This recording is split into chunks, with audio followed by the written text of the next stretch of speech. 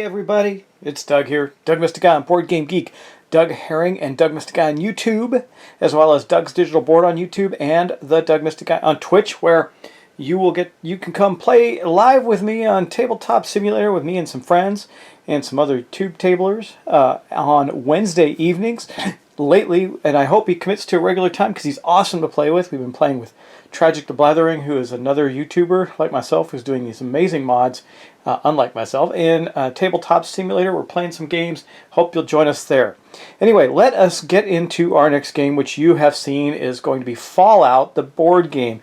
Now, I'm a big fan of Fallout. I've played all of the games for Fallout, even back when it was a 2D, I guess, isometric role-playing game that came out years and years ago, not the 3D games that they have today, but I played those two all the way through Fallout 4 and the expansions with Fallout 4, etc. And today we're going to get into the board game, which is kind of an adventure-style board game. I have done most of the setup, but I am going to continue to do some setup with you guys so that you can see how we're going to play the game. Now, what I have done is I've picked the scenario and I've laid out the map. That's really the most, and I've picked my characters. There's still and shuffled decks and things like that, but there's still a few things that we need to do, and I'm going to cover them with you, like what is happening with the scenario and what the first adventure is. Now, we're going to be playing two characters, and I'm going to show you here. So here's the first one.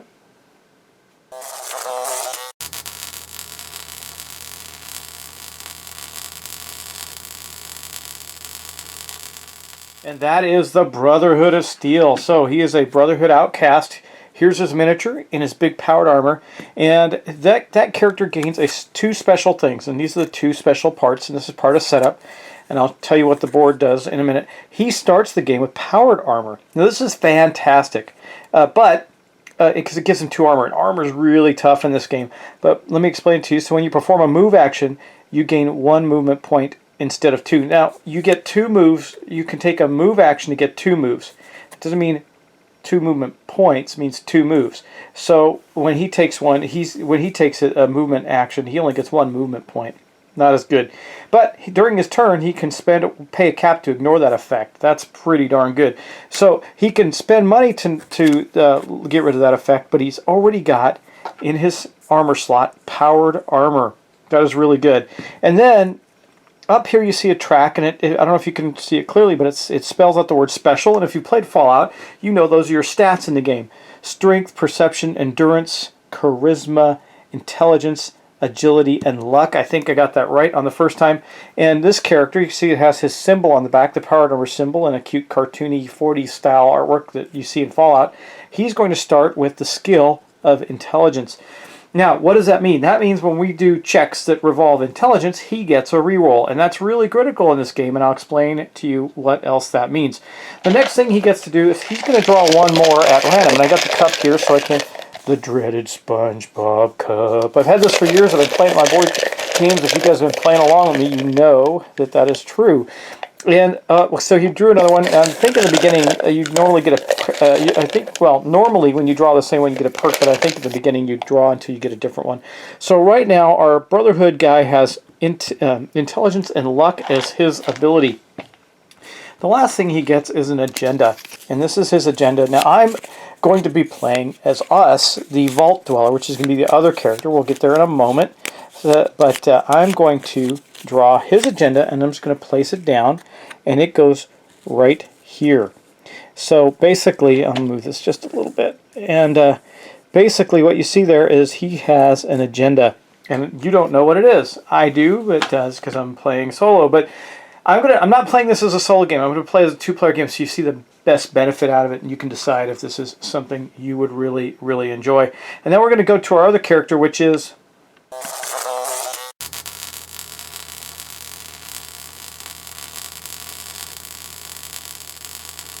And here is the Vault Dweller. Now, you have some other characters you can play. You can play the Wastelander, the Super Mutant, and the Ghoul. We're not going to play them today. They're going aside. This is his miniature. It's pretty nice looking. Looks just like a good old Vault Dweller. And then we're going to look at his special ability. He gets the Vault Suit. It does give him 1 armor. And during a test that uses endurance, generate 1 reroll. You may equip 1 additional peril item and add the armor value to this one. That means that it's just an underbody suit. You can add stuff on top of it. That's pretty good. And he starts with, in his special, luck. He's lucky. The Vault Dweller has some luck. So we're going to draw one more for him and see what he gets. And this also, S, that's good. So he got strength and luck. That is a good starting position for our Vault Dweller. Now, he also gets an agenda, but in this case, we're going to take a look and see what that is. So I'm going to shuffle them up a little bit again. And I've taken out the ones. Now, as part of the setup, you take out the cards that are for anything higher than the player count you have. So the 3 and 4 player cards are not in here. Okay, unless I left one in by mistake. So this is our agenda. It says freedom. We get +1 agenda for each space. The star has advanced farther than the, and I'll show you what that means, than the shield. At the start of your turn, you may reveal this card to declare your loyalty. Well, we're probably not going to want to do that right away. These symbols down here don't currently matter for us. You'll see how those play into the game. But I'm going to put that agenda down there. That is our agenda. Then the agenda deck just goes to the side, and we will be drawing them out regularly every turn because they also serve a dual purpose. Most of the cards in this game, other than items that do. So let's talk, since we're here, let's talk about the player board. And then most of this video is going to be mainly about the setup, and then we might get into a little bit of the game, but we'll see.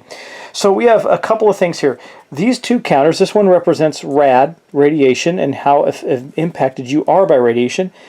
This represents your health. As you lose health, this marker will go down.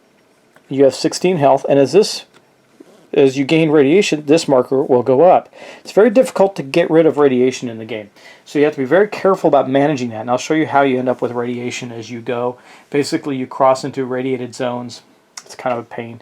But anyway, when the two meet, you die. Yeah, and this one usually doesn't go down very far, so it makes you more vulnerable to things that can happen to you. And then I guess, so that's how that works. And then you have an item slot for apparel. A hand item like a weapon or something like that, and then a companion. And then you also have inventory. Normally you can keep 3 items in your inventory, and we'll see how that works as we play. Now these are stats, your special stats: strength, perception, endurance, charisma, intelligence, agility, and luck. And how experience works is really interesting. When you gain, let's say I gain 2 experience. Well, you as you level up, as you get more of these, it becomes harder to get them. So right now, I would go 1. Let's say I got 2 experience. I would take my peg out here, if I can get it out, and I'd go 1 and then skip all the way to 2. So that when I get my 3rd experience, I'm going to wrap around to here and gain a new perk. And you'll see how that goes, or a new ability, which could result in a perk. And perk are very one-time very powerful actions that you can take. So as this fills up, I'm going to have to take more steps to get my experience up. Currently, I don't have any. Okay, that is how your player board works. Now, everything is revolving around these 3 dice. So these skills are so important because each one of them gives you a reroll for a test when it identifies a test of that nature. You get to reroll. Successes are only counted. These are the only dice you use in the whole game. These 3 dice. Successes are these little starbursts. So if I need to roll a success of 4 and I go for a strength test, I go, oh well, that's only 1. That really bites. So I'm going to re-roll these 2, see if I can do better. And I did. Look at that. I got 6. So that re-roll is critically important. And the more re-roll options you have, the better off you are, because you will not get more dice ever. Okay. The next thing that we have to do, let me just go running through the other setup components. That was the setup, the finalization and setup of our characters. One of the next things we did was we set up our shop items, and I'll show you what those look like. Here's our shop and our shop items that are in there. There's 4 right now. We have and I'll explain to these as we pick them up. You see the symbol that represents what type of thing it is. So this load lifter is a companion, and basically during a test or fight that uses strength, he gets to exhaust to add 1 hit. That's pretty good. But he also allows you to keep 2 additional items in inventory. Then we have a sniper rifle. You can only imagine what that does. I'm not going to get into the details of it now. This hazmat suit, really good. It gives you 1 armor, so I could, the Vault Dweller could layer this on top of his current armor. But it also says during a test that uses endurance, add 1 additional hit. And each time you suffer radiation, suffer 1 fewer. That's really good. And then there's another character in here, another companion. Now, some of these have requirements to use, like the sniper rifle, and I'll show you that. This companion says exhaust to choose an enemy within 2 spaces of you to move the enemy 1 space in any direction. More important than you might think. This doesn't seem seem very powerful, but it actually is. And I was talking about requirements. So this one has these two requirements here. You have to be able to use this. You have to have perception and agility. If you don't have those, which I don't have them now, like it wouldn't be useful for me to buy that. I cannot use that item currently. None of the other items have a requirement. So that's pretty good. All right, that is the item deck. Now there's tons of more items that we can have. There's also loot cards, which are this stack of cards here, loot. And there's a bunch of other cards that we can have. All these are different power armors and stuff. Stuff that goes onto your power armor, pretty good. And then you have these perks. These perks are incredibly powerful. Okay, let's go talk about our mission now. So the setup of our board has to do with this scenario card, and I believe there are let me count them. There are 1, 2, 3, 4 in the game, and each of them, I mean, there's only 4, but there's so much that can happen. It's okay. This one is the Commonwealth, and this is the setup for the Commonwealth. It says setup stage 014. That's the quest card. 014 stage means it's in play. Okay, now those other cards are going to come out that we're going to draw. We're going to put in decks and things that won't be staged, that are cards that we have in play, that we don't have in play yet. Then it says place a shield token on Diamond City. I've done that, and I've gotten this card out. Now this is the board setup. So we have Crossroads Camp here. We have all these safer zones here, then all these worse zones here. Then we have Diamond City and City Ruins in the middle, and the downtown Boston at the very, very far end. And those are going to play into our mission. So let's take a look at that. Okay, now once we've done this setup, which I already have, we flip this over and we see that the two factions we're going to be dealing with in this one, in the Commonwealth, are the Railroad, an underground group that believes that the Institute's synths are fully sentient beings. They are fighting to free the synths from Institute control. If you play the game, you know what that means. And if there's a star person moving around the board, it's going to represent this Railroad member, and that's their stats. That's what a monster or encounter token looks like on the board. Then we have the Institute. Those are the ones that have the synths. A mysterious scientific organization has created robots known as synths that can be nearly indistinguishable from humans. Well, if you play the game, you can be rest assured they are pretty much sentient beings. But anyway, these two tokens go on here, and there's going to be some advancement. Now, if you remember our card, I'm going to get our agenda card back out because it tells you something here about this. We're going to get a new agenda card for each space that the Railroad has advanced. So our character wants the Railroad to be successful. Each space farther than the Institute. So we need that to happen. At the start of your turn, you may reveal this card and declare your loyalty. So basically, to get this agenda card, we're going to have to reveal our loyalty. Okay. Now we don't know what our fellow player has. They may be working against us. They might not. It's hard to say. And then you saw that I had to draw card 14 out. Well, here's card 14. So let's take a look at that. It's the Welcome to the Commonwealth. Many dangers lurk in this new wasteland ahead of you. But the one you have heard the most about is the dreaded synth. Said to look, sound, and smell just like a human. They are robots who have infiltrated the very society of the Commonwealth. So 1, kill a suspected synth that no one will miss to find out the truth. Or 2, this all sounds a bit overblown. Head to Diamond City to discreetly dig up some information. So we know, like for our character, we don't want to kill the synth, right? We don't want to do that. So we're probably going to take option 2 for ourselves and try and get to Commonwealth City, or sorry, Diamond City, and investigate the synths there and see if there's any truth to it. Of course, the Institute is there as well. Now, they are not an aggressive combatant, so we don't have to worry about them too much. So that is basically how it goes, and we're going to be playing this this agenda out as we go, and our adventure are going to start in the Crossroads Camp, which is way up north. As you can see, we started with one of these tokens there. This represents something of the Institute. We'll have to see what that is later on. But way up here in the Crossroads Camp, both of our characters are going to begin their adventures. And there's a lot that can go on. Now let's talk about actions. Actions are really straightforward. There aren't that many of them, but they can be involved. They can be quite involved. I also want to talk, I'm going to close out the setup discussion with something else that can happen on your player board. So basically, we have to gain influence to win the game.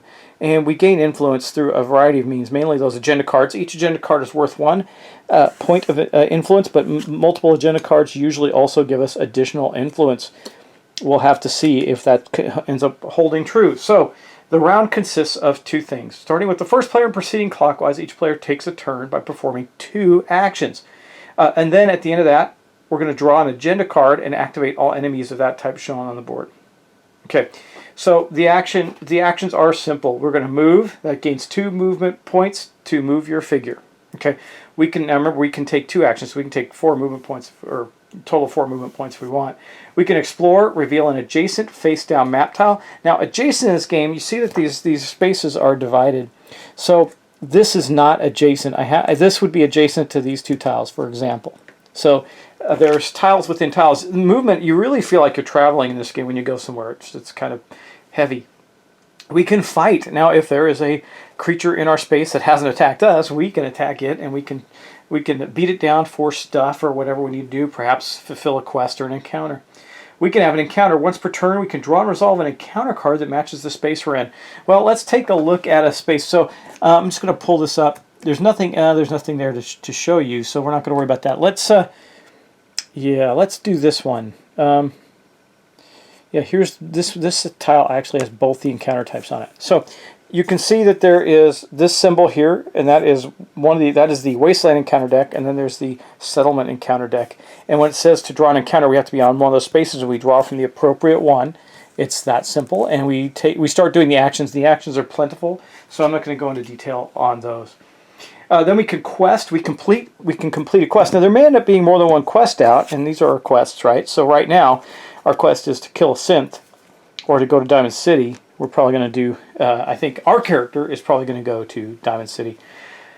Okay, and then we can camp. And when you camp, you can recover 3 hit points and unexhaust any cards. You'll see what that is, and you become well rested, which is a status, which is the last thing I wanted to talk about.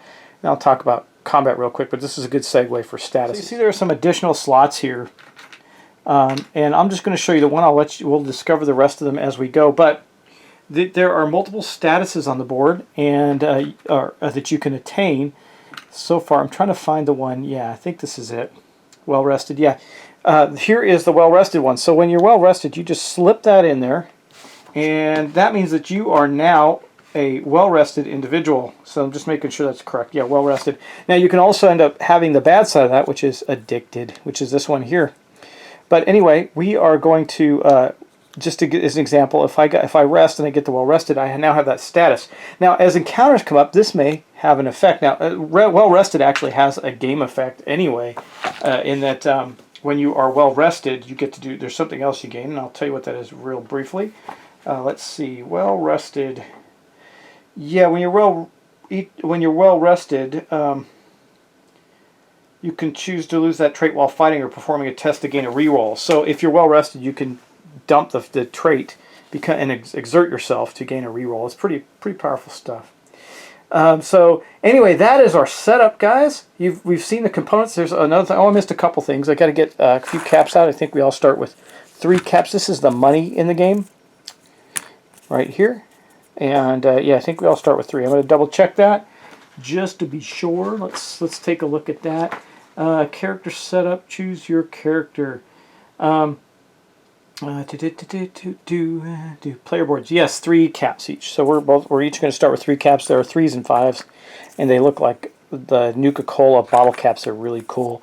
So each of us starts with 3 of those, and now that we're set up, guys. We're ready to rock. So that is the setup. Like I said, I didn't want this to be, this is going to be a real short video, I think. And in the next video, we'll start taking our turns and start taking actions. Because I think that when I get into it, I'm probably going to want to have a pretty long video of us taking turns, etc. So we'll get started there.